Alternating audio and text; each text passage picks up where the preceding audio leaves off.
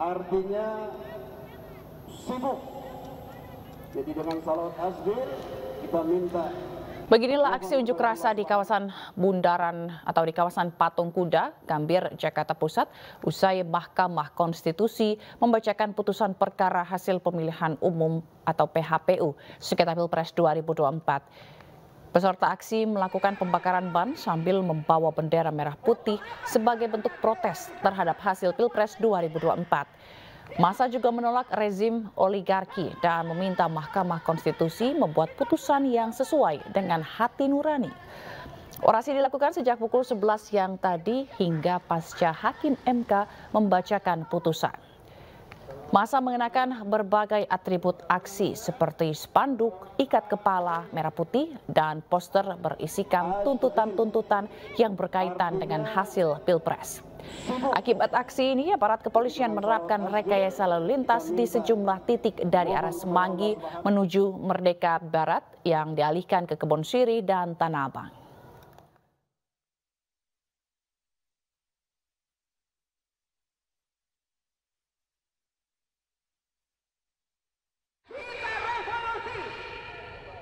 Untuk apa kita punya dewan di sana? Menguasai kita. Siap kita semua.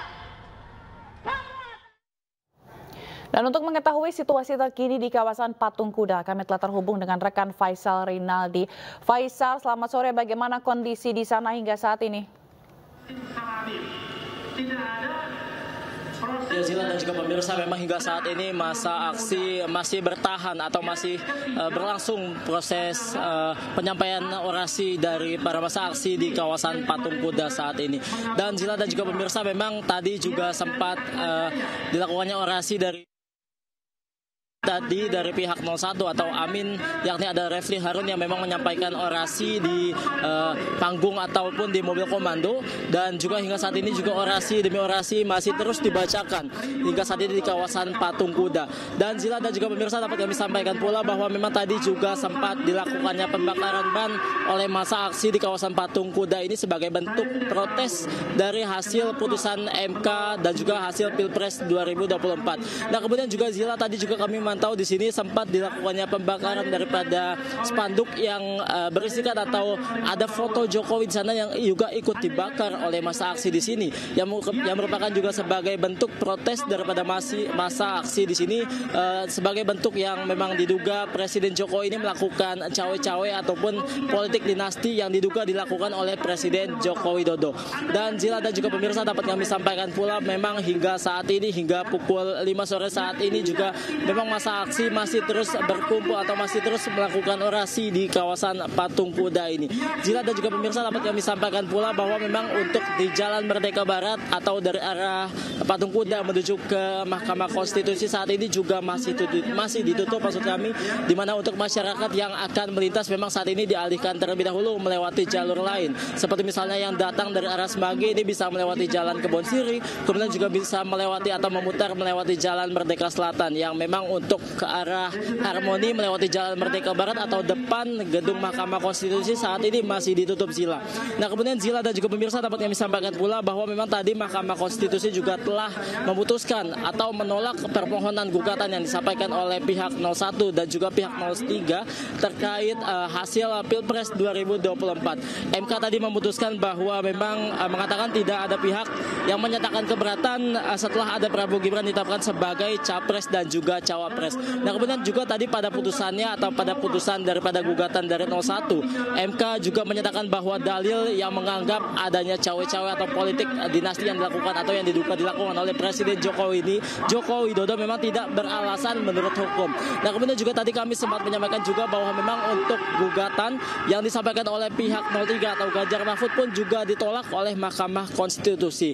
Dan juga tadi setelah menolak atau memutuskan menolak gugatan daripada 03, MK tidak membacakan daripada poin-poin atau poin-poin yang menyatakan juga alasan menolak untuk menolak gugatan 03 maksud kami dikatakan untuk alasannya memang sedikit mirip atau mirip dengan gugatan yang disampaikan oleh 01 begitu. Dan Zila dan juga pemirsa, memang hingga saat ini masa aksi memang kami menyampaikan bahwa saat ini memang masih bertahan dan juga kami belum mendapatkan informasi akan dibubarkan sampai dengan pukul berapa. Yang jelas memang saat ini masa aksi masih menyampaikan berbagai tuntutannya terkait penolakan daripada hasil Pilpres 2024 dan juga menolak politik dinasti yang juga dilakukan oleh Presiden Joko Widodo. Demikian Zila. Baik, terima kasih Faisal Rinaldi atas laporan Anda dari kawasan Patung Kuda, Jakarta. Selamat bertugas kembali, tetap jaga keamanan. Sampai jumpa. Pemirsa, Mahkamah Konstitusi menolak permohonan yang diajukan paslon nomor urut 1 Anies Mohaimin dan paslon nomor urut 3 Ganjar Pranowo Mahfud MD. Putusan itu terkait sidang perselisihan hasil pemilihan umum atau sengketa Pilpres 2024 di Gedung MK Jakarta. Dalam putusan tersebut terdapat 3 hakim MK yang menyatakan perbedaan alias dissenting opinion. Berkaitan dengan pelanggaran prosedur pemilihan umum. Dalil mengenai siaran pers aku berkaitan dengan siaran pers yang disampaikan oleh Bawaslu. Dalam perspektif ini atau konteks ini, dalil mengenai siaran pers aku bukan merupakan persoalan yang harus dipermasalahkan lagi, karena sepenuhnya merupakan tanggung jawab Bawaslu dan sebagian besar telah ditindaklanjuti. Berdasarkan uraian pertimbangan hukum, menurut Mahkamah, dalil-dalil pemohon mengenai adanya pelanggaran prosedur pemilu adalah tidak beralasan menurut hukum untuk seluruhnya. Menimbang bahwa berdasarkan uraian pertimbangan hukum di atas, Mahkamah berpendapat permohonan pemohon tidak beralasan menurut hukum untuk seluruhnya. Menimbang bahwa terhadap dalil-dalil lain serta hal-hal lain tidak dipertimbangkan lebih lanjut karena dinilai tidak terdapat relevansinya. Oleh karena itu, jika masih terdapat fakta hukum dalam persidangan, baik yang didalilkan atau tidak didalilkan oleh pemohon, belum dinilai dan dipertimbangkan, Mahkamah meyakini hal tersebut tidak dapat membuktikan adanya relevansi dengan signifikansi perolehan suara atau hasil yang merupakan prinsip dasar dalam mengungkap perselisihan hasil tentang pemilihan umum sebagaimana diamanatkan dalam pasal 24C ayat 1 Undang-Undang Dasar 1945. Dengan demikian, putusan yang dijatuhkan Mahkamah aku adalah putusan yang dipandang telah tepat berdasarkan bukti-bukti dan fakta hukum dalam persidangan dan telah memenuhi prinsip-prinsip hukum dan keadilan sebagaimana dimaksud dalam pasal 24 ayat 1 Undang-Undang Dasar 1945. Konklusi, berdasarkan penilaian atas fakta dan hukum sebagaimana diuraikan di atas, Mahkamah berkesimpulan eksepsi termohon dan eksepsi pihak terkait berkenaan dengan kewenangan adalah tidak beralasan menurut hukum. Mahkamah berwenang mengadili permohonan aku. Permohonan diajukan masih dalam tenggang waktu yang ditentukan oleh peraturan perundang-undangan. Pemohon memiliki kedudukan hukum untuk mengajukan permohonan aku. Eksepsi termohon dan eksepsi pihak terkait berkenaan dengan pokok permohonan adalah tidak beralasan menurut hukum. Permohonan pemohon tidak beralasan menurut hukum untuk seluruhnya. Berdasarkan Undang-Undang Dasar Negara Republik Indonesia tahun 1945, Undang-Undang Nomor 24 tahun 2003 tentang Mahkamah Konstitusi, sebagaimana telah diubah terakhir dengan Undang-Undang Nomor 7 tahun 2020 dan seterusnya dianggap dibacakan, amar putusan mengadili dalam eksepsi, menolak eksepsi termohon dan eksepsi pihak terkait untuk seluruhnya. Dalam pokok permohonan, menolak permohonan pemohon untuk seluruhnya. Pemirsa, Hakim Mahkamah Konstitusi menyinggung tentang laporan dugaan cawe-cawe yang dilakukan Presiden Joko Widodo dalam Pilpres 2024. Hakim MK menilai uraian bukti yang dipaparkan tidak beralasan hukum. Namun dari dalil dan bukti yang diajukan pemohon, Mahkamah tidak menemukan penjelasan dan bukti adanya korelasi langsung antara wacana perpanjangan masa jabatan demikian dengan hasil penghitungan suara dan atau kualitas Pilpres 2024. Bahwa dalil pemohon yang menyatakan bahwa kegiatan rencana perpanjangan masa jabatan Presiden menjadi 3 periode disikapi oleh Presiden dengan mendukung pencalonan salah satu pasangan calon peserta Pilpres yang diposisikan sebagai pengganti Presiden petahana. Menurut Mahkamah, kebenarannya tidak dapat dibuktikan lebih lanjut oleh pemohon. Demikian pula dalil bahwa Presiden akan cawe-cawe dalam pemilu 2024 akuo, menurut Mahkamah tidak diuraikan lebih lanjut oleh pemohon seperti apa makna dan dampak cawe-cawe yang dimaksud pemohon, serta apa bukti tindakan cawe-cawe demikian. Bahwa berbagai alat bukti yang diajukan pemohon, baik bukti berupa artikel atau rekaman video berita dari media massa, memang menunjukkan kegiatan dan pernyataan Presiden yang berkehendak untuk cawe-cawe dalam pemilu Presiden dan Wakil Presiden tahun 2024. Video bukti P36 dan bukti P120. Namun pernyataan demikian menurut Mahkamah tanpa bukti kuat dalam persidangan dan tidak dapat begitu saja ditafsirkan sebagai kehendak untuk ikut campur dalam penyelenggaraan pemilu Presiden dan Wakil Presiden tahun 2024 dengan menggunakan cara-cara di luar hukum dan di luar konstitusi.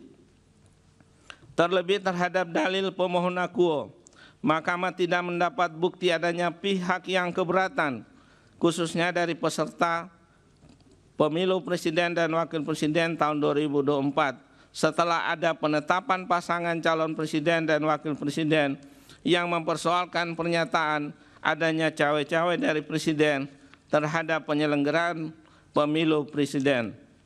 Demikian halnya Mahkamah juga tidak mendapatkan bukti adanya korelasi antara bentuk cawe-cawe dimaksud dengan potensi perolehan suara salah satu pasangan calon Presiden dan Wakil Presiden pada pemilu tahun 2024.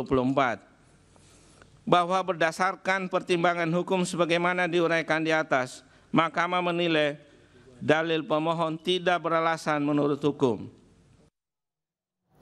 Mahkamah Konstitusi juga menyoroti netralitas Presiden dalam pemilu. Namun ketidaknetralan Presiden dalam pemilu masuk dalam wilayah etik dan belum diatur tegas dalam undang-undang.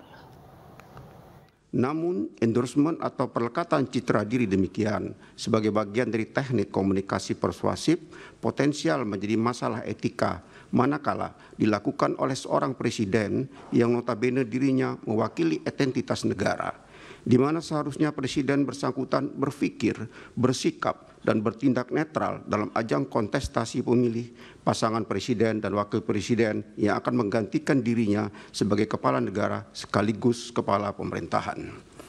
Bahwa kedudukan presiden di Indonesia sendiri menurut Mahkamah memang dilematis antara posisinya sebagai kepala eksekutif atau pemerintahan hasil pemilihan umum, sebagai kepala negara simbol kedaulatan negara, sebagai kader dari partai politik yang mengusungnya dalam pemilihan umum, sekaligus sebagai warga negara Indonesia yang secara asasi mempunyai hak berpolitik antara lain maujud dalam bentuk mendukung atau tidak mendukung calon atau kandidat tertentu. Bahwa menurut Mahkamah, mutlak diperlukan kerelaan presiden petahana untuk menahan atau membatasi diri dari penampilan di muka umum yang dapat diasosiasikan atau dipersepsikan oleh masyarakat sebagai dukungan yang bagi yang salah satu kandidat atau pasangan calon dalam pemilu. Kesediaan atau kerelaan presiden yang demikian, serta kerelaan para petahana di level masing-masing yang menghadapi kemiripan situasi dengan posisi kondisi Pilpres tahun 2024 ini, inkasu petahana kepala daerah, merupakan faktor utama bagi terjaganya serta meningkatnya kualitas demokrasi di Indonesia.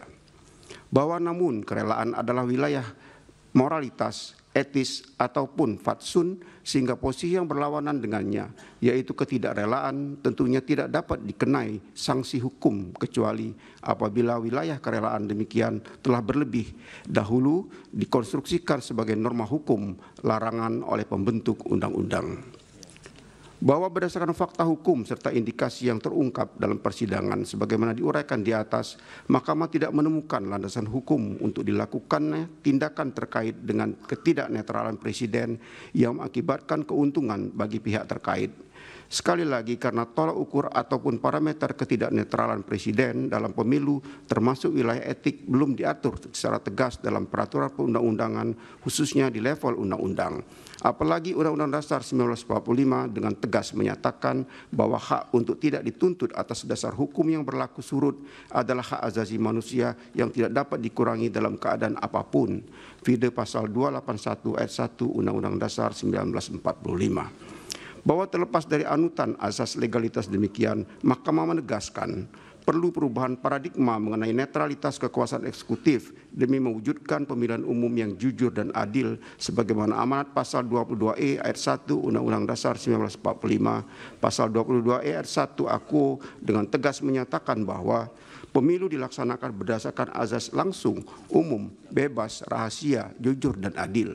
Tentunya perubahan paradigma demikian harus dilakukan melalui perubahan atas undang-undang mengenai kepemiluan. Mahkamah Konstitusi juga menyatakan kegiatan Prabowo Subianto saat menghadiri peresmian sumur bor di Sukabumi, Jawa Barat tidak melanggar aturan kampanye pemilihan presiden 2024. Prabowo juga tidak terbukti gunakan fasilitas negara berupa heli untuk kampanye. Dalil pemohon, jawaban termohon, keterangan pihak terkait, bukti-bukti surat tulisan yang diajukan oleh pemohon, keterangan Bawaslu beserta bukti-bukti yang diajukan, Mahkamah mempertimbangkan sebagai berikut. Bahwa pemohon mempermasalahkan unggahan video kegiatan Kementerian Pertahanan yang dilakukan oleh Prabowo Subianto sebagai Menteri Pertahanan dalam akun resmi media sosial Partai Gerindra. Bahwa terlebih lagi untuk membuktikan dalilnya pemohon tidak melampirkan alat bukti berupa video yang diunggah oleh akun resmi media sosial Partai Gerindra sebagaimana yang menjadi pokok permasalahan yang didalilkan oleh pemohon, melainkan melampirkan tangkapan layar berupa cuplikan video yang justru berasal dari akun resmi media sosial lain, yaitu Kompas Pagi, video bukti P56. Dengan demikian, bukti yang dilampirkan oleh pemohon tidak dapat membuktikan adanya pelanggaran kampanye pemilu yang dilakukan oleh Prabowo Subianto. 3, bahwa berdasarkan hasil pengawasan Bawaslu dan berdasarkan kajian awal laporan terkait pelanggaran pemilu dalam kegiatan Kementerian Pertahanan sebagaimana didalilkan oleh pemohon, menurut Mahkamah tidak terdapat larangan bagi akun media sosial untuk menyebarluaskan kegiatan suatu kementerian sepanjang tidak merugikan hak orang lain. Hal ini tidak pula dapat dikatakan sebagai pelanggaran terhadap ketentuan pasal 280 ayat 1 huruf H Undang-Undang Pemilu karena berdasarkan bukti yang dilampirkan oleh pemohon yang merupakan tangkapan layar dari berita terkait kegiatan Prabowo Subianto dalam kapasitasnya sebagai Menteri Pertahanan bukan dalam kegiatan kampanye. Video bukti P56. Bahwa berdasarkan uraian pertimbangan hukum di atas, menurut Mahkamah, dalil pemohon AKUO adalah tidak beralasan menurut hukum. Pemohon mendalilkan Menteri Pertahanan Prabowo Subianto menghadiri acara di Banyumas dan Kuningan serta program bedah rumah dan seterusnya dianggap diucapkan. Pemohon mengajukan bukti P57. Bawaslu menyampaikan keterangan pada pokoknya dan seterusnya dianggap diucapkan. Bawaslu mengajukan bukti PK 111. Bahwa setelah Mahkamah memeriksa dengan seksama dalil pemohon, jawaban termohon, keterangan pihak terkait, bukti-bukti surat tulisan yang diajukan oleh pemohon, keterangan Bawaslu beserta bukti-bukti yang diajukan Mahkamah mempertimbangkan sebagai berikut. 1. Bahwa pemohon tidak dapat menerangkan secara rinci ataupun memberikan bukti yang cukup terkait kegiatan bedah rumah di daerah Cilincing, Jakarta Utara maupun kegiatan yang dilakukan oleh Prabowo Subianto di Banyumas dan Kuningan, termasuk adanya keterlibatan Babinsa dalam melakukan pendataan KTP dan KK, baik dalam permohonan pemohon maupun fakta hukum dalam persidangan. Dengan demikian, Mahkamah tidak dapat menilai lebih lanjut bukti yang diajukan oleh pemohon. Bahwa terlebih hasil pengawasan Bawaslu telah menjelaskan tidak adanya kegiatan bedah rumah yang dilakukan oleh Prabowo Subianto di daerah Cilincing, Jakarta Utara, sehingga tidak dapat dibuktikan adanya ketidaknetralan yang dilakukan oleh anggota Babinsa sebagaimana yang didalilkan oleh pemohon. Bahwa berdasarkan uraian pertimbangan hukum di atas, menurut Mahkamah, dalil pemohon AKUO adalah tidak beralasan menurut hukum. Bahwa pemohon mendalilkan Menteri Pertahanan Prabowo Subianto menggunakan fasilitas Kementerian Pertahanan berupa helikopter untuk melakukan kampanye. Pemohon mengajukan bukti P59 dan bukti 60. Bawaslu Kabupaten Agam menyampaikan keterangan pada pokoknya dan seterusnya dianggap diucapkan. Bawaslu mengajukan bukti PK107 dan bukti PK108. Bahwa setelah Mahkamah memeriksa secara seksama dalil pemohon, jawaban termohon, keterangan pihak terkait, bukti-bukti surat tulisan yang diajukan oleh pemohon, keterangan Bawaslu beserta bukti-bukti yang diajukan, Mahkamah mempertimbangkan bahwa dalil pemohon telah diselesaikan oleh Bawaslu berdasarkan kajian awal yang menyimpulkan tidak terdapat pelanggaran kampanye pemilu berupa pemasangan dan penggunaan atribut partai yang mengarah kepada kampanye baik dalam kegiatan kunjungan kerja di Nagari Batu Palano maupun tidak terdapat penggunaan fasilitas pemerintah dalam kegiatan kampanye di Pasar Raya dan Hotel Mercure. Oleh karena itu, Mahkamah tidak mendapat keyakinan akan kebenaran dalil yang dipersoalkan oleh pemohon tersebut. Di samping terhadap dugaan pelanggaran tersebut telah dilakukan penanganan oleh Bawaslu sebagaimana kesimpulan Bawaslu. Bahwa berdasarkan uraian pertimbangan hukum di atas, menurut Mahkamah, dalil pemohon akuo adalah Kembali di Aini Sore, pemirsa. Hakim MK menyoroti laporan dugaan ketidaknetralan aparatur di Pilpres 2024. Meski sejumlah laporan terbukti, namun dianggap sudah ditindaklanjuti oleh Bawaslu. Itu terhadap hal dalil pemohon akuo, Mahkamah tidak menemukan fakta hukum adanya keberatan pejabat kepala daerah yang diangkat berpotensi akan memobilisasi pemilih sehingga akan memengaruhi perolehan suara pasangan calon presiden dan wakil presiden nomor urut 2. Terlebih lagi, proses penunjukan pejabat kepala daerah sudah sesuai dengan ketentuan peraturan perundang-undangan yang berlaku. Sebagaimana fakta hukum dalam persidangan yang dijelaskan oleh saksi dari Kementerian Dalam Negeri dan DPR. Di samping hal tersebut merupakan bentuk implementasi norma yang menjadi ranah pelaksanaan tugas pemerintahan. Bahwa berdasarkan uraian pertimbangan hukum tersebut di atas, dalil pemohon akuo adalah tidak beralasan menurut hukum. Bahwa pemohon mendalilkan pejabat Gubernur Kalimantan Barat, Harrison Asroy, terbukti tidak netral dengan menghimbau warga untuk memilih presiden yang mendukung pembangunan Ibu Kota Nusantara atau IKN dan seterusnya dianggap telah diucapkan. Pemohon mengajukan bukti P39 dan bukti P40. Bawaslu menyampaikan keterangan dan seterusnya dianggap diucapkan, serta mengajukan bukti PK75 sampai dengan bukti PK78. Bahwa setelah Mahkamah memeriksa secara saksama dalil pemohon, jawaban termohon, keterangan pihak terkait, bukti-bukti surat atau tulisan yang diajukan pemohon, dan keterangan Bawaslu, serta bukti-bukti yang diajukan, Mahkamah mempertimbangkan dugaan pelanggaran pemilu yang dilakukan oleh pejabat Gubernur Kalimantan Barat, Harrison Asroy, telah ditindaklanjuti oleh Bawaslu sesuai dengan kewenangannya, termasuk juga telah dibahas dalam sentra Gakumdu, yang juga telah melibatkan unsur kepolisian dan kejaksaan. Bawaslu juga telah meneruskan hasil temuannya kepada KASN yang ditindaklanjuti sesuai dengan peraturan perundang-undangan yang berlaku, sebagaimana bukti PK75 sampai dengan bukti PK78. Dengan demikian, menurut Mahkamah, berkenaan dengan dalil akuo, Bawaslu telah melaksanakan tugas dan kewenangannya dalam melakukan pengawasan penyelenggaraan pemilu khususnya terkait dengan netralitas ASN, sehingga tidak relevan lagi dengan dalil untuk memilih presiden yang mendukung pembangunan IKN. Bahwa berdasarkan uraian pertimbangan hukum tersebut di atas, dalil pemohon akuo adalah tidak beralasan menurut hukum. Sementara itu, paslon nomor urut 3 Ganjar Pranowo dan Mahfud MD mengapresiasi dan menghormati hasil putusan sidang sengketa Pilpres 2024. Menariknya, dalam persidangan kali ini pertama dalam sejarah ada 3 hakim konstitusi yang memiliki pendapat berbeda atau dissenting opinion soal putusan MK yang menolak secara keseluruhan.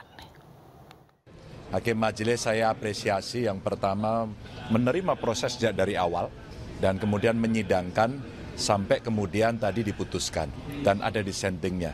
Yang menarik dalam catatan kami adalah dalam dissenting itu disampaikan bahwa eksepsi-eksepsi yang ada ditolak. Maka hakim akan mengadili. Hakim tidak hanya bicara kalkulator, lebih bicara substantif. Bahkan tadi Pak Arief sampai mengabulkan. Maka artinya nurani hakim punya ruang sendiri untuk bisa mengekspresikan dalam bentuk putusan. Dan saya kira ini... Ya begini, tadi sudah disampaikan oleh Pak Ganjar. Yang pertama, proses hukum tentang pemilu ini sudah selesai. Tentang Pilpres, tidak ada upaya hukum lagi. Karena keputusan tentang hasil Pilpres itu harus melalui Mahkamah Konstitusi. Kalau tidak ada perkara, Mahkamah Konstitusi memberitahu ke KPU bahwa tidak ada perkara, itu namanya konfirmasi. Kalau ada perkara, hasilnya vonis, dan vonisnya hari ini. Oleh sebab itu ya kami menerima demi keadaban hukum, ya. Karena keadaban hukum itu ketika membuat hukum harus benar, ketika menegakkan hukum harus benar, ketika menerima putusan juga harus sportif. Nah kita sportif, sehingga perselisihan itu ya sudah selesai, harus diakhiri. Kalau dikaitkan dengan kaidah agama di dalam usul fikih itu disebutkan begini, hukmul hakim yarfa'ul khilaf. Keputusan hakim itu menyelesaikan sengketa. Kamu suka atau tidak suka harus diikuti putusan hakim. Dan kita ikut dalil itu. Mau berjuang terus ada jalurnya sudah. Nah kalau yang politik saya tidak tahu. Tapi perjuangan yang sudah dilakukan selama ini yang menghadirkan saksi-saksi dan lain sebagainya Bapak Oh banyak. Puas kan saya sebelum ke MK kan saya sudah bilang sidang di MK ini adalah teater hukum dunia. Ini disaksikan oleh seluruh dunia. Dan harus diingat, putusan sengketa Pilpres dalam sepanjang sejarah, baru yang hari ini ada dissenting opinion. Baru hari ini ada dissenting opinion. Sejak dulu tidak pernah boleh ada dissenting opinion. Karena biasanya hakim itu berembuk. Karena ini menyangkut jabatan orang, kita harus sama. Dirembuk sampai sama. Nah ini mungkin tidak bisa disamakan sehingga ada dissenting. Ini pertama dalam sejarah perjalanan Mahkamah Konstitusi. Nah terserah Kak. Iya terserah kamu aja, terserah kamu. Saya hanya mengatakan itu catatan sejarah. Oke cukup ya.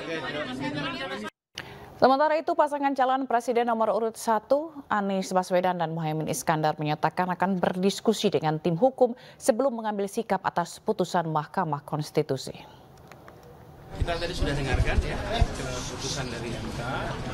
Jadi sore ini kita akan memberikan pernyataan terkait dengan putusan tadi dan beri kami waktu untuk menyiapkan beberapa butir-butir yang nantinya akan menjadi respon kami atas putusan tadi. Mungkin ada tanggapan Nanti saya kabari sore ini.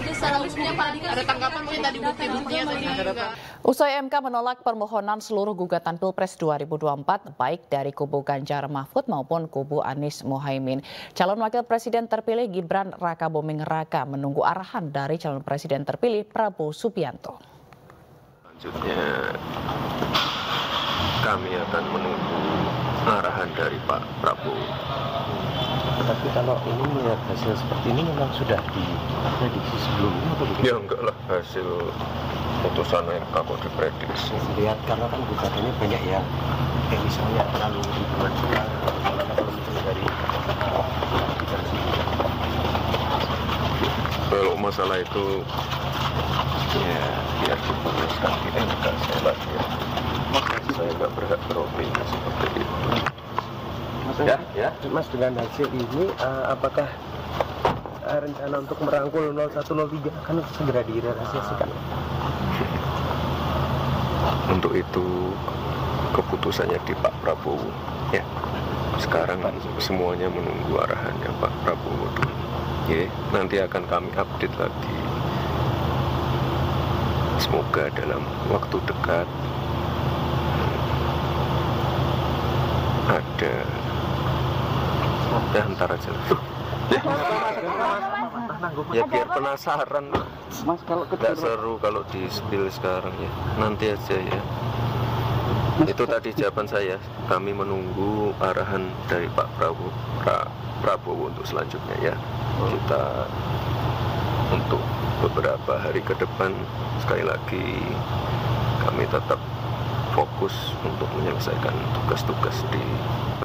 Setelah pembacaan hasil sidang sengketa Pilpres 2024, KPU akan menetapkan Presiden dan Wakil Presiden terpilih pada Rabu 24 April 2024. Penetapan akan digelar di Gedung Komisi Pemilihan Umum.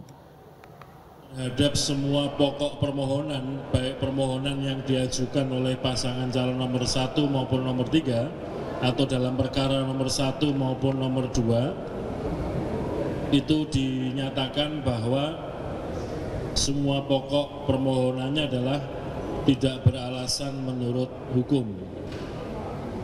Oleh karena itu yang kedua, konsekuensinya adalah semua pokok permohonan dinyatakan ditolak untuk seluruhnya. Nah yang ketiga, sebagai konsekuensinya maka SK KPU nomor 360 tahun 2024 tentang penetapan hasil pemilu secara nasional, pemilu 2024, dinyatakan benar dan tetap sah berlaku. Jadi ada 3 poin itu yang dalam pandangan KPU dianggap penting dari pengucapan putusan sengketa hasil pemilu presiden pada hari ini. Saudara sekalian, karena SK KPU 360 tahun 2024 tentang penetapan hasil pemilu secara nasional dianggap benar dan tetap berlaku secara sah, maka tahapan berikutnya untuk pemilu presiden adalah penetapan pasangan calon presiden dan wakil presiden terpilih pemilu 2024 yang diagendakan KPU akan dilaksanakan. Penetapan pasangan calon presiden wakil presiden terpilih untuk pemilu 2024 KPU mengagendakan akan dilaksanakan pada hari Rabu tanggal 24 April tahun 2024 jam 10 WIB dilaksanakan di kantor KPU.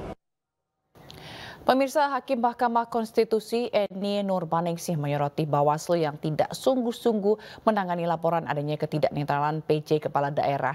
Padahal laporan ini harus ditindaklanjuti dengan pemilihan ulang di beberapa daerah. Dengan demikian, dalam konteks jabatan PJ Kepala Daerah sebagai ASN, hal yang perlu digarisbawahi adalah pentingnya sikap netral yang harus dimiliki dan dijalankan oleh PJ Kepala Daerah dalam menjalankan kewenangannya, terlebih lagi pada masa kampanye pemilu. Ketentuan hukum terkait dengan pengangkatan syarat serta tugas, wewenang dan kewajiban yang melekat pada PJ Kepala Daerah sudah seharusnya dipatuhi dan dijalankan. Jika kemudian terdapat adanya dugaan PJ Kepala Daerah yang menunjukkan keberpihakan kepada pasangan calon tertentu, maka PJ Kepala Daerah tersebut telah melanggar hukum dan konstitusi dalam mewujudkan pemilu yang jujur, adil, dan berintegritas. Bahwa terkait dengan netralitas ASN adalah benar. Bawaslu secara formal telah melakukan tindakan pencegahan dengan surat Ketua Bawaslu nomor 779 dan seterusnya 2023 dan surat Ketua Bawaslu nomor 810 dan seterusnya 2023 bertanggal 12 November 2023. Surat tersebut pada pokoknya berisi imbauan netralitas pegawai ASN, kampanye oleh pejabat, dan seterusnya. Persoalannya adalah bagaimana jika surat Bawaslu tersebut diabaikan dalam penyelenggaraan pemilu presiden dan wakil presiden 2024 sebagaimana yang terjadi di beberapa daerah. Bahwa sebelum menjelaskan persoalan yang terjadi di beberapa daerah tersebut, penting bagi saya menegaskan terlebih dahulu bahwa dikarenakan permohonan perkara nomor 1 2024 dan perkara nomor 2 2024 pada pokoknya mendalilkan hal yang sama dan terhadap objek permohonan yang sama, yakni berkaitan dengan keputusan KPU 360 2024 dan seterusnya, maka dalam menguraikan persoalan yang terdapat di beberapa daerah tersebut diintegrasikan antara perkara nomor 1 2024 dan perkara nomor 2 2024 dengan menunjukkan pada buktinya masing-masing, di mana dalam penjelasannya dapat saling melengkapi.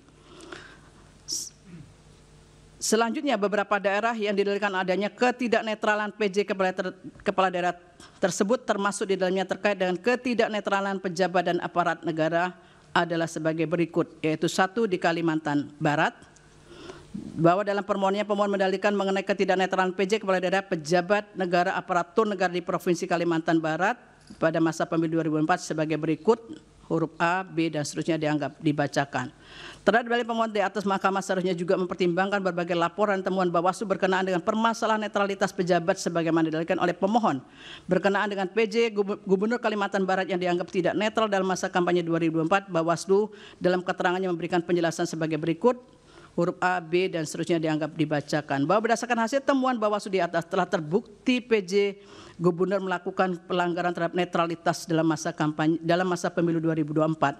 Oleh karena itu Bawaslu meneruskan kasus tersebut kepada KASN untuk menindaklanjuti sesuai dengan peraturan perundang-undangan yang berlaku. Adanya indikasi kuat pelanggaran yang telah dilakukan PJ Gubernur Kalimantan Barat, namun tidak terdapat kejelasan proses penegakan hukum atas pelanggaran tersebut menyebabkan pemilu yang jujur dan adil berintegritas telah terciderai karena adanya keberpihakan kepada salah satu pasangan calon presiden pada pemilu 2024. Kemudian yang kedua adalah Jawa Tengah. Bahwa dalam permohonannya pemohon juga mendalilkan mengenai ketidaknetralan pejabat negara PJ kepala daerah dan aparatur negara di Provinsi Jawa Tengah dalam masa pemilu 2024 dengan dalil-dalil sebagai berikut, huruf A, B, dan seterusnya sampai G dianggap dibacakan. Bahwa terhadap dalil pemohon di atas hanya beberapa laporan atau temuan yang ditindaklanjuti oleh Bawaslu, yaitu huruf A, B dianggap dibacakan.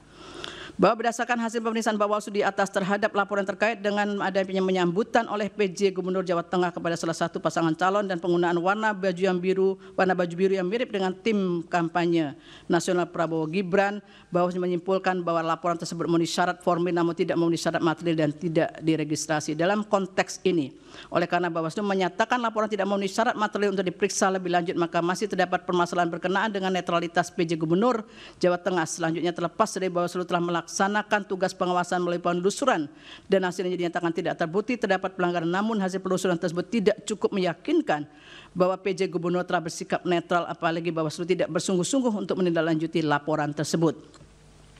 Selain itu dapat banyak bukti awal yang memberikan petunjuk adanya ketidaknetralan pejabat negara, aparat negara, dan aparatur sipil negara, serta pengerahan perangkat desa seperti adanya konsolidasi ratusan kepala desa di Kabupaten Temanggung untuk mendukung pasangan calon nomor urut 2. Kemudian terdapat kasus kekerasan politik seperti penganiayaan terhadap salah satu relawan pendukung pasangan calon. Selain itu sejumlah acara dukungan dari pejabat pemerintahan juga dilakukan terhadap salah satu pasangan calon, termasuk juga dilakukan oleh Menteri Perdagangan dan Menteri Pertanian. Seluruh kejadian ini menjadi perhatian publik yang sangat luas dalam penyelenggaraan pemilu 2024 yang seharusnya ditindaklanjuti oleh Bawaslu sesuai dengan tugas dan wewenangnya. Namun tidak terdapat bukti yang kuat bahwa Bawaslu telah melaksanakan tugas dan wewenang secara optimal untuk menjamin terselenggaranya pemilu yang automatic adjustment tersebut dipakai untuk membiayai bansos. Dan Menteri Keuangan menyatakan bahwa automatic adjustment tidak dipakai untuk membiayai bansos. Timbullah persoalan yang dipersoalkan pemohon, yaitu alokasi dana kunjungan presiden dan bansos yang dilakukan tersebut berasal dari dana yang mana. Dalam kaitan inilah kemudian Menteri Keuangan dalam persidangan menyatakan bahwa bantuan kemasyarakatan tersebut bukan merupakan bagian dari perlinsos yang digunakan oleh Presiden terkait dengan bansos tersebut. Namun anggaran untuk kunjungan presiden, anggaran untuk bantuan ke masyarakat tersebut berasal dari dana operasional presiden atau DOP yang berasal dari APBN. DOP tersebut diatur oleh PMK 48/2008 yang sebagaimana telah diubah oleh PMK 106/2008. Sementara itu dana ke masyarakat presiden diatur dalam Peraturan Menteri Sekretaris Negara Nomor 2 Tahun 2020. Adapun kegiatan yang bisa dicakup dalam dana kemasyarakatan presiden dan wakil presiden dalam hal ini adalah kegiatan keagamaan, pendidikan sosial, ekonomi, dan seterusnya. Bantuan tersebut bisa diberikan dalam bentuk barang maupun uang. Berdasarkan fakta yang terungkap dalam persidangan, terlihat bahwa realisasi anggaran DOP tidak pernah mencapai 100% dari jumlah yang dialokasikan pada setiap tahunnya. Meskipun demikian, anggaran untuk DOP terus meningkat dari tahun ke tahun. Hal ini yang kemudian memunculkan persepsi yang mengarah pada penggunaan DOP untuk bantuan kemasyarakatan dengan tujuan politik menjelang pemilu presiden dan wakil presiden 2024. Terlebih lagi sebagaimana fakta hukum di persidangan bahwa menjelang pemilu pola kunjungan presiden ke beberapa daerah semakin meningkat sehingga memunculkan pertanyaan pemohon. Hakim MK Saldi Isra menyampaikan dissenting opinion atau pendapat berbeda. Saldi menilai banyak kepala desa dan pejabat kepala daerah tidak netral di pemilu 2024. Menurut Saldi, permohonan pemohon untuk menggelar pemungutan suara ulang sebaiknya segera dilakukan. Setelah Setelah membaca keterangan Bawaslu dan fakta yang terungkap di persidangan, serta mencermati alat bukti para pihak secara saksama, saya menemukan bahwa terdapat masalah netralitas PJ Kepala Daerah dan pengerahan kepala desa yang terjadi, antara lain di Sumatera Utara, Jakarta, Banten, Jawa Tengah, Kalimantan Barat, dan Sulawesi Selatan. Adapun bentuk ketidaknetralan PJ Kepala Daerah diantaranya berupa penggerakan ASN, pengalokasian sebagian dana desa sebagai dana kampanye, ajakan terbuka untuk memilih pasangan calon yang memiliki komitmen untuk melanjutkan IKN, pembagian bantuan sosial atau bantuan lainnya kepada para pemilih dengan menggunakan kantong yang identik dengan identitas pasangan calon tertentu, penyelenggaraan kegiatan massal dengan menggunakan baju dan kostum yang menonjolkan keberpihakan kepada pasangan calon tertentu, pemasangan alat peraga kampanye di kantor-kantor pemerintah daerah, serta ajakan untuk memilih pasangan calon di media sosial dan gedung milik pemerintah. Selain soal netralitas PJ Kepala Daerah, terungkap juga sebagai fakta di persidangan adanya pengerahan atau mobilisasi kepala desa antara lain seperti di Jakarta dan di Jawa Tengah. Berbagai bentuk ketidaknetralan tersebut telah dilaporkan kepada Bawaslu dan sebagiannya terbukti.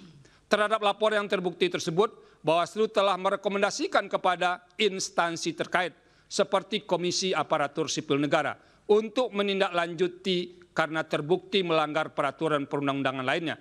Berkaitan dengan ketidaknetralan tersebut, KSN pernah merilis hasil survei pada Desember 2023 yang menunjukkan bahwa sebagian PJ Kepala Daerah dinilai belum optimal dalam pengawalan netralitas ASN. Salah satu penyebab utamanya adalah intervensi politik sehingga membuat ASN melanggar netralitas.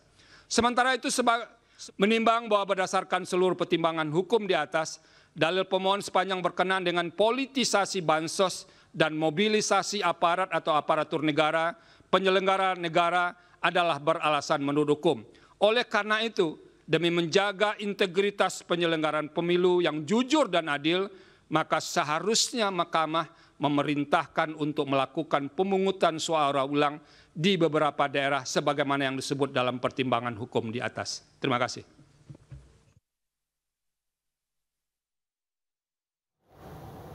Saldi Isra juga menilai pelaksanaan pemilu 2024 dengan pemilu di era Orde Baru tidak jauh berbeda. Pemilu Orde Baru juga dilaksanakan sesuai prosedur, namun sebenarnya mengandung banyak kecurangan. Batas keadilan prosedural, azas jujur dan adil dalam pasal 22E ayat 1 Undang-Undang Dasar 1945 tidak hendak berhenti pada batas keadilan prosedur semata. Jujur dan adil dalam norma konstitusi tersebut menghendaki sebuah keadilan substantif. Bila mana hanya sebatas keadilan prosedural, azas pemilu jujur dan adil dalam Undang-Undang Dasar 1945 tersebut tidak akan pernah hadir. Sebab pemilu pada masa Orde Baru pun berjalan memenuhi segala prosedur yang ada, yang dilaksanakan memenuhi standar mekanisme yang ditentukan dalam Undang-Undang Pemilu ketika itu. Namun secara empirik, pemilu Orde Baru tetap dinilai curang karena secara substansial pelaksanaan pemilunya berjalan dengan tidak fair, baik karena faktor pemihakan pemerintah pada salah satu kontestan pemilu maupun karena faktor praktek penyelenggaraan pemilu yang tidak memberi ruang kontestasi yang adil bagi semua kontestan pemilu. Sementara Hakim Konstitusi Arief Hidayat menilai dalam Pilpres 2024 terdapat kecurangan yang terstruktur, sistematis, dan masif. Hal itu disampaikan dalam pembacaan pendapat berbedanya atau dissenting opinion atas putusan MK terkait perselisihan hasil pemilu presiden atau PHPU 2024 yang diajukan Anies Mohaimin dan Ganjar Mahfud. Demokrasi yang kita anut adalah demokrasi Pancasila, yang artinya pelaksanaan demokrasi yang didasarkan pada nilai-nilai luhur Pancasila. Pancasila tidak hanya sekedar menjadi cita hukum dalam pembentukan hukum nasional, tapi juga merupakan cita etik yang menjadi rujukan dalam bersikap dan bertindak, tidak hanya bagi penyelenggara negara, termasuk presiden dan seluruh infrastruktur politiknya, tapi bagi seluruh warga negara. Sebab negara kita tidak hanya harus diselenggarakan sesuai dengan prinsip rule of law, tetapi juga prinsip rule of ethic. 2. Dalam rangka melaksanakan prinsip rule of ethic, dan agar semua penyelenggara negara tunduk pada nilai etika yang luhur yang terdapat di dalam Pancasila, maka pelaksanaan rule of ethic perlu ditegakkan oleh suatu mahkamah etik nasional. Sehingga penyimpangan etika dalam penyelenggaraan negara dapat dihindari, khususnya cawe-cawe presiden dalam pemilu di masa-masa yang akan datang yang tidak hanya merupakan tindakan abuse of power tapi juga abuse of ethic.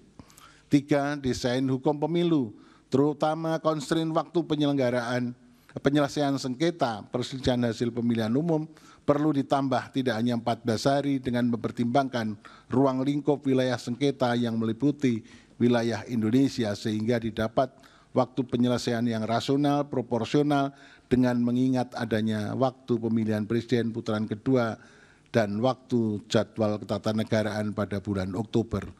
4. Perlu juga dibuat undang-undang lembaga kepresidenan yang memuat secara rinci, detail, uraian tugas pokok dan fungsi presiden sebagai kepala negara sekaligus sebagai kepala pemerintahan. Demikian catatan saya yang termuat pada dissenting opinion dalam perselisihan hasil pemilihan umum presiden tahun 2024 sebagai ikhtiar untuk menjaga dan menegakkan negara hukum yang demokratis yang berketuhanan sesuai dengan nilai-nilai luhur Pancasila. Dan dalam dissenting opinionnya, Hakim Konstitusi Arief Hidayat juga menegaskan tidak ada peluang sedikit pun kekuasaan pemerintah untuk mengaruhi Pilpres 2024. Pemilu 2024 memiliki prinsip moral, etika, demokrasi untuk kepentingan rakyat banyak. Tidak boleh ada peluang sedikit pun bagi cabang kekuasaan tertentu untuk cawe-cawe dan memihak dalam proses pemilu tahun 2024. Sebab ia dibatasi oleh paham konstitusionalisme dan dipagari oleh rambu-rambu kompositif, moral, dan etika. Apa yang dilakukan oleh pemerintah presiden dengan segenap struktur politik kementerian dan lembaga dari tingkat pusat hingga level daerah telah bertindak partisan dan memihak calon pasangan tertentu. Tindakan ini secara jelas telah menciderai sistem keadilan pemilu yang tidak termuat tidak hanya di dalam berbagai instrumen hukum internasional tetapi juga diadopsi secara jelas dalam pasal 22E ayat 1 Undang-Undang Dasar 45 yang mensyaratkan bahwa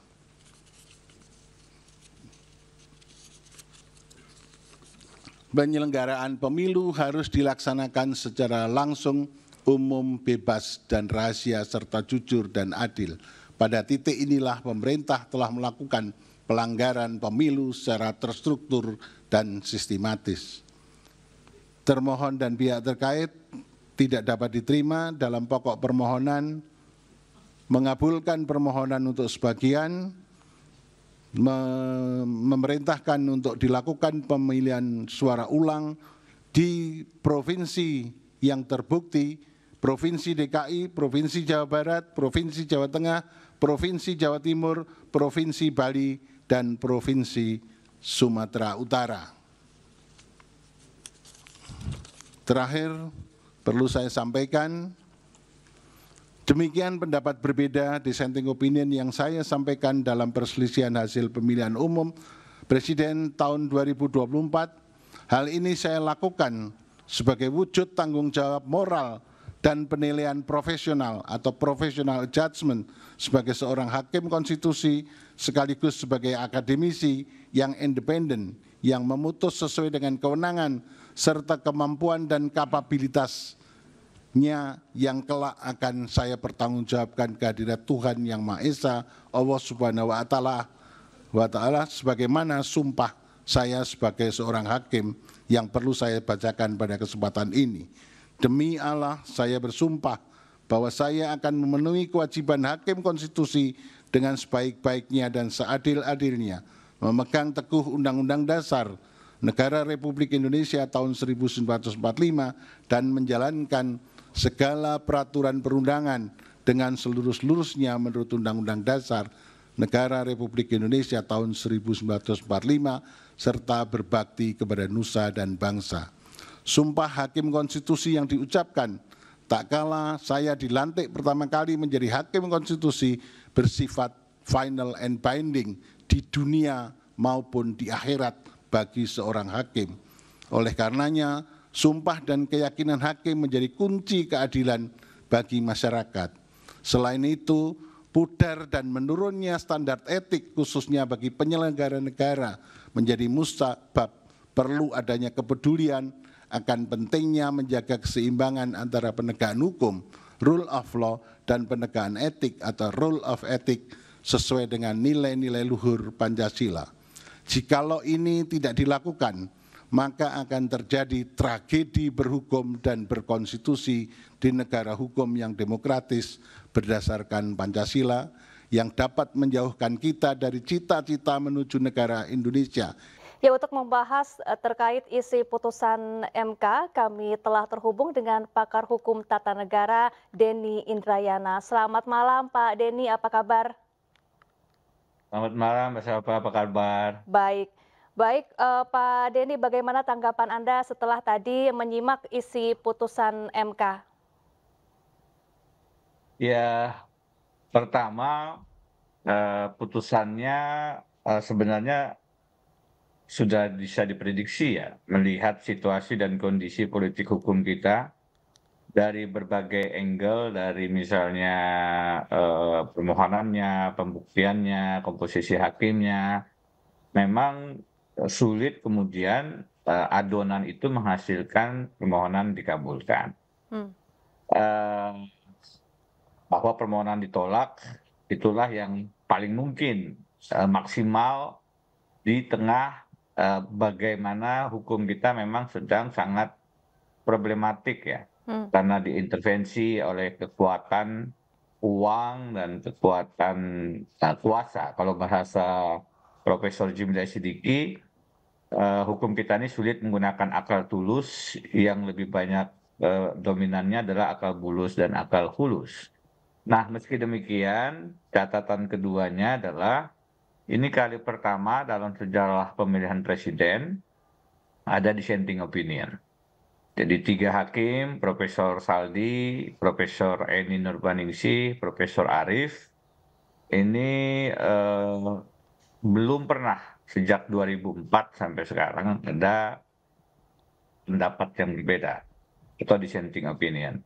Ini menunjukkan satu, memang ada hal yang sangat serius dalam Pilpres 2024 dan tadi disampaikan salah satunya terkait dengan kalau bahasa populernya cawe-cawe presiden, penyalahgunaan kekuasaan, nepotisme cawapres, dan seterusnya. Tentu dengan bahasa-bahasa yang beraneka ragam istilahnya. Nah, ini catatan yang penting, yang kemudian juga harus kita jadikan pengingat, supaya kemudian tidak terulang lagi di masa depan. Yang ketiga, poin ketiga, perdebatan soal kewenangan Mahkamah Konstitusi sudah selesai seharusnya. Dan ini jangan diulang-ulang terus, bahwa mahkamah tidak berwenang untuk memeriksa proses, mahkamah hanya bicara angka, suara. Itu semua sebenarnya sudah tuntas dijawab MK sejak 2004, dan diulang lagi di 2019, diulang lagi di 2024. MK mengatakan mereka berwenang. Itu sebabnya eksepsi-eksepsi dari pihak terkait, dari KPU, Bawaslu, dari pasangan calon 02, itu semua ditolak. Eksepsi-eksepsi yang ditolak ini menunjukkan MK dengan tegas mengatakan mereka berwenang. Dalam konteks itu tidak ada dissenting. Jadi tidak ada yang menyoal mereka ternyata hanya mahkamah kalkulator. Dari 8 orang hakim konstitusi, semuanya sepakat bahwa mereka bisa masuk ke argumentasi-argumentasi kualitatif. Nah, ini juga sebaiknya kita jadikan catatan. Nanti 2029 perdebatan ini jangan lagi diulang, supaya kita fokus dengan mencari bukti apakah memang pemilihan presiden itu sesuai dengan prinsip pemilu yang jujur dan adil. Ke sana harusnya fokusnya, tidak mengulang mubazir. Ini harusnya angka saja, tidak boleh proses, itu Bawaslu. Itu semua sudah ditegaskan oleh Mahkamah Konstitusi. Yang terakhir, yang keempat, ini final and binding putusannya. Tidak ada lagi upaya hukum yang lain. Meskipun bukan berarti perjuangan untuk Indonesia yang lebih demokratis, Indonesia yang lebih beretika itu juga selesai. Bahwasanya kemudian sekarang secara hukum pemilu kita sudah punya presiden terpilih dan wakil presiden terpilih, kita ke depan harus juga tetap melakukan pengawalan atas demokrasi kita supaya koalisi pemerintahan itu tidak kemudian kembali gemuk sehingga tidak ada kontrol di parlemen, karena itu artinya kembali cenderung akan koruptif. Nah, ini ke depan tetap harus ada upaya untuk merawat dan meningkatkan lagi demokrasi kita. Baik, Pak Denny, ada 3 hakim dissenting opinion meskipun kalah jumlah dengan 5 hakim lainnya. Apakah dalam pertimbangannya ini cukup untuk menguatkan bahwa terdapat banyak masalah dalam pelaksanaan pemilu 2024 ini? Ya, kalau kita dengar argumentasi-argumentasi yang disampaikan Prof. Saldi, Prof. Eni, Prof. Arif, arahnya ke sana. Arahnya banyak persoalan-persoalan etika, moralitas, konstitusionalitas, keterlibatan tidak netralnya presiden atau cawe-cawe presiden, yang semuanya tentu saja memberi downgrade, ya, mengurangi derajat, bukan pelanggaran terhadap prinsip pemilu yang luber, jujur, dan adil, sebagaimana alamat pasal 22E ayat 1. Itu clear dalam argumentasi-argumentasi mereka. Bahwasanya kemudian kalah jumlah, sebenarnya kalau Pak Soehartoyo ikut sebagai ketua MK, itu mereka dalam posisi memenangkan putusan. Karena kemarin kalau kita lihat, ya sebenarnya memungkinkan dissenting itu ya Soehartoyo, Saldi, Eni, dan Arif, 4 orang ini. Tapi saya tidak tahu kenapa Pak Soehartoyo tidak bergabung. Biasanya beliau termasuk yang satu barisan sebenarnya dengan Saldi, dengan Arif, gitu. Nah, ini kunci tidak bergabungnya Pak Soehartoyo itu yang menyebabkan putusan menjadi 5-3 dan 3 orang dissenting akhirnya bukan menentukan arah putusan. Tapi bahwasannya argumentasinya saya pikir bagus, clear, termasuk juga menyatakan pembuktian tidak boleh diberatkan dengan standar pidana beyond reasonable doubt dan seterusnya. Yang penting ada keyakinan hakim bahwa memang ada pelanggaran-pelanggaran, dan itu sebagaimana juga dalam berbagai kesempatan saya jelaskan bahwa ini peradilan tata negara hanya 14 hari. Yang penting ada keyakinan bahwa memang terjadi pelanggaran-pelanggaran prinsip-prinsip pemilu, maka harusnya kemudian ada langkah-langkah untuk menyelamatkan melalui Mahkamah Konstitusi. Jadi kalau membaca argumentasi-argumentasi daripada Prof. Saldi, Prof. Eni, dan Prof. Arif, itu memang langkah atau paradigma progresif dalam melihat Pilpres 2024 yang saya sepakat banyak problem. Nah, sayangnya komposisi hakim yang progresifnya memang dalam konteks ini masih kalah jumlah, gitu. Baik. Pertama, dalam sejarah sidang sengketa Pilpres ada 3 hakim berbeda pendapat. Kira-kira kenapa hal ini bisa terjadi di sidang sengketa Pilpres tahun ini, Pak Denny? Sudah saya jelaskan bahwa berbeda dengan Pilpres sebelumnya, Pilpres 2024 yang paling tidak muncul dan sekarang hadir adalah cawe-cawe Presiden Jokowi. Di 2004 itu tidak ada karena pertama kali 2009 Presiden SBY tidak melakukan itu. 2014 outgoing Presiden tidak melakukan itu. 2019 juga Pak Jokowi bahkan tidak bicara tentang cawe-cawe. 2024 dengan sangat terbuka sebenarnya cawe-cawe itu disampaikan, gitu. Meskipun awalnya dengan bahasa demi kepentingan bangsa dan negara, tapi kemudian dalam prosesnya kita tahu itu adalah preferensi ke salah satu pasangan calon kepada Prabowo dan terutama anak kandungnya Gibran Rakabuming Raka. Jadi itulah yang membedakan, itulah yang menunjukkan bahwa memang ada problem netralitas, ada problem nepotisme. Itu asal muasal muara persoalannya ya sikap presiden yang kemudian tidak netral. Dan harusnya beliau sebagai kepala negara memberikan ruang yang setara bagi semua kontestan. Itu yang berbeda di 2024 dan itu yang menyebabkan kemudian banyak amicus curiae yang disampaikan oleh berbagai tokoh dan itu pula yang menyebabkan muncul pertama kali dissenting opinion dalam sengketa pemilihan presiden di Republik Indonesia. Baik, ya pertama dalam sejarah juga banyak pihak yang mengajukan diri sebagai amicus curiae di sengketa Pilpres tahun 2024 ini, tapi kemudian ini tidak dimasukkan ya ke dalam putusan. Bagaimana tanggapan Anda, Pak Denny? Ya, memang dalam beberapa hari terakhir kita meluangkan atau memberi porsi cukup besar untuk mendiskusikan amicus curiae. Satu hal itu karena belum ada dalam sejarahnya sedemikian banyak amicus curiae disampaikan ke Mahkamah Konstitusi sehingga menjadi menarik perhatian. Tetapi pada hal yang lain, memang amicus curiae itu tidak mengikat untuk dijadikan bahan pertimbangan hakim-hakim konstitusi. Itu hanya informasi yang bisa diterima atau bahkan tidak dibaca sama sekali oleh hakim, sangat tergantung pada hakimnya. Berbeda dengan kalau bobotnya adalah alat bukti, maka hakim harus betul-betul mengkaji, menganalisisnya.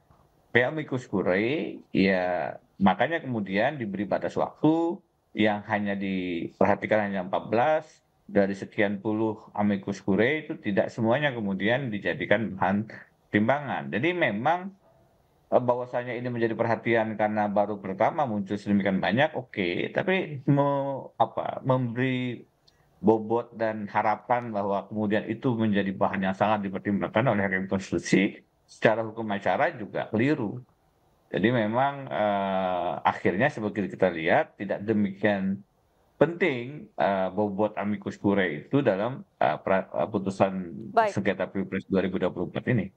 Baik, Pak Denny, beberapa kali sidang sengketa Pilpres dalam beberapa kali pemilu, namun selalu ditolak permohonannya oleh Hakim MK. Apakah ini karena perkara ini sangat beririsan dengan politik, sehingga seperti yang Anda katakan tadi, putusannya bisa diprediksi begitu, Pak Denny? Iya, ada berbagai faktor. Faktor pertama karena memang permohonan sengketa Pilpres itu sangat rumit, sangat sulit. Salah satunya karena hukum acaranya membatasi persidangannya 14 hari. Kemudian kan Pak Arief tadi juga dalam dissenting opinion-nya memberi catatan agar itu diberi waktu yang lebih longgar. Karena yang akan dibuktikan adalah seluruh Indonesia. 14 hari tentu bukan perkara mudah untuk membuktikan selisih suara, jangankan jutaan, puluhan juta antara pasangan calon 02 dengan pasangan calon 01. Saya sedang menangani perkara sengketa pemilihan legislatif dengan selisih suara hanya sekian ribu, itu mengumpulkan alat buktinya 1 bulan tidak cukup. Jangan bicara 14 hari, itu hitungannya cuma ribuan, belum jutaan. Harus mengumpulkan C1, D-hasil, dan lain-lain.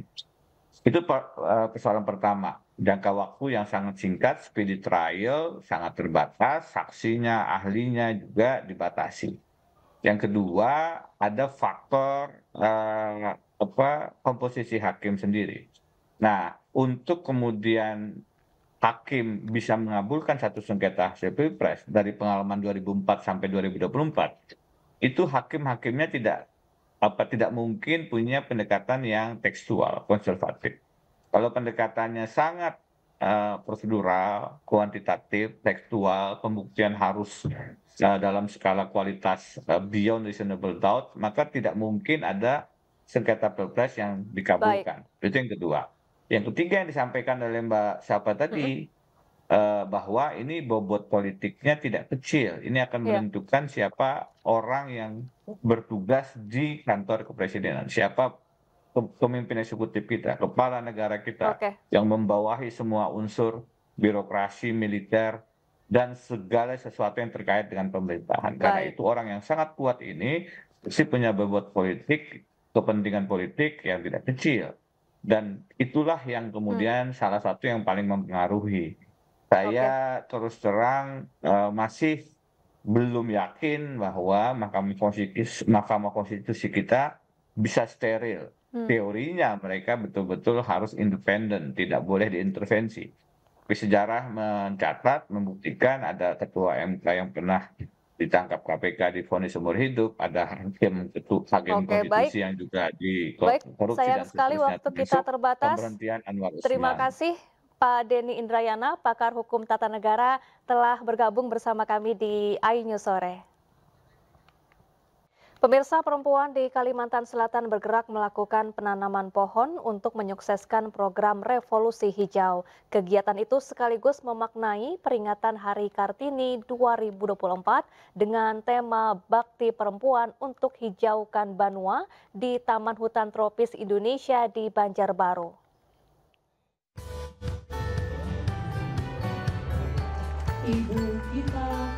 Memperingati Hari Kartini 2024, tim penggerak PKK Provinsi Kalimantan Selatan, Raudatul Jannah atau Acil Odah, memimpin gerakan perempuan menanam di kawasan hutan tropis Indonesia atau TH2TI, perkantoran Gubernur Kalimantan Selatan di Banjarbaru Senin pagi.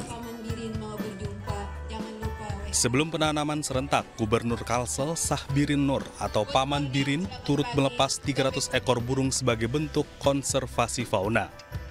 Gerakan penanaman pohon dengan tema Bakti Perempuan untuk Hijaukan Banua ini diselenggarakan Dinas Pemberdayaan Perempuan Perlindungan Anak dan Keluarga Berencana untuk menjaga kelestarian lingkungan. Ribuan perempuan ikut serta menanam pohon, mulai dari ASN, non-ASN lingkup Pemprov, organisasi kewanitaan, pelajar dan mahasiswi, serta Forkompida lainnya menanam eukaliptus sebanyak 3.500 bibit pohon. Inilah saat yang tepat kita menanam, ya. Saat yang tepat kita menanam, dan implikasinya sungguh sangat luar biasa. Kita sering mendengar yang istilahnya pemanasan global. Hari ini kita merasakan sengatan matahari, ya. Salah satu cara meminimalisirnya adalah kita banyak-banyak menanam pohon, dan selain itu makna penanaman pohon, makna sebuah atau sebatang pohon itu memberikan suasana kenyamanan kita dalam menghirup udara. Harapannya ya, kita melaksanakan menanam pohon ya, ini berbeda dengan yang lain. Nah ini karena pertama adalah kelestarian alam kita, yang kedua menambah lagi kemanfaatan ya, selain untuk manusia juga pohon itu bermanfaat juga untuk hewan atau binatang, dan juga sebagai penyuplai oksigen dan menarik ya karbon dioksida supaya udara kita bersih. Selain penanaman ribuan bibit pohon yang bertujuan menjaga sumber kehidupan, dalam kegiatan ini juga diberikan penghargaan bagi wanita berjasa yang peduli terhadap lingkungan. Dari Banjarbaru, Kalimantan Selatan, M. Ahyar, iNews melaporkan. Pemirsa, PT MNC Sky Vision Tbk kembali menunjukkan kepeduliannya pada sesama. Kali ini MNC Vision memberikan bantuan sembako hingga kebutuhan medis bagi rumah singgah Sani di Depok, Jawa Barat.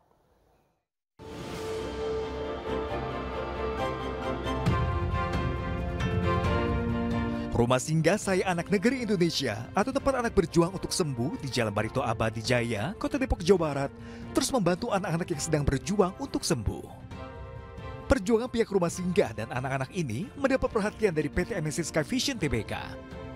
Melalui program CSR-nya, MNC Vision memberikan bantuan sembako dan alat medis hingga peralatan kebersihan. Yang saat ini ada 16, yang satu masih rawat inap anak masih, yang 15 ada di sini. Rata-rata yang di sini itu penyakitnya apa Bu? Ada kanker, ada juga yang jantung, ada yang hidrosefalus, jadi campur sih itu semuanya. Ya, kita memberikan bantuan berupa makanan dan minuman, kemudian alat-alat kebersihan, juga alat-alat untuk mereka belajar, mengajar gitu. Dan selain itu juga kita juga memberikan bantuan berupa alat medis ya. MNC Vision terus memberikan CSR untuk meringankan beban mereka yang sedang berjuang melawan penyakit. Dari Depok, Jawa Barat, Iwo Rizky, iNews melaporkan.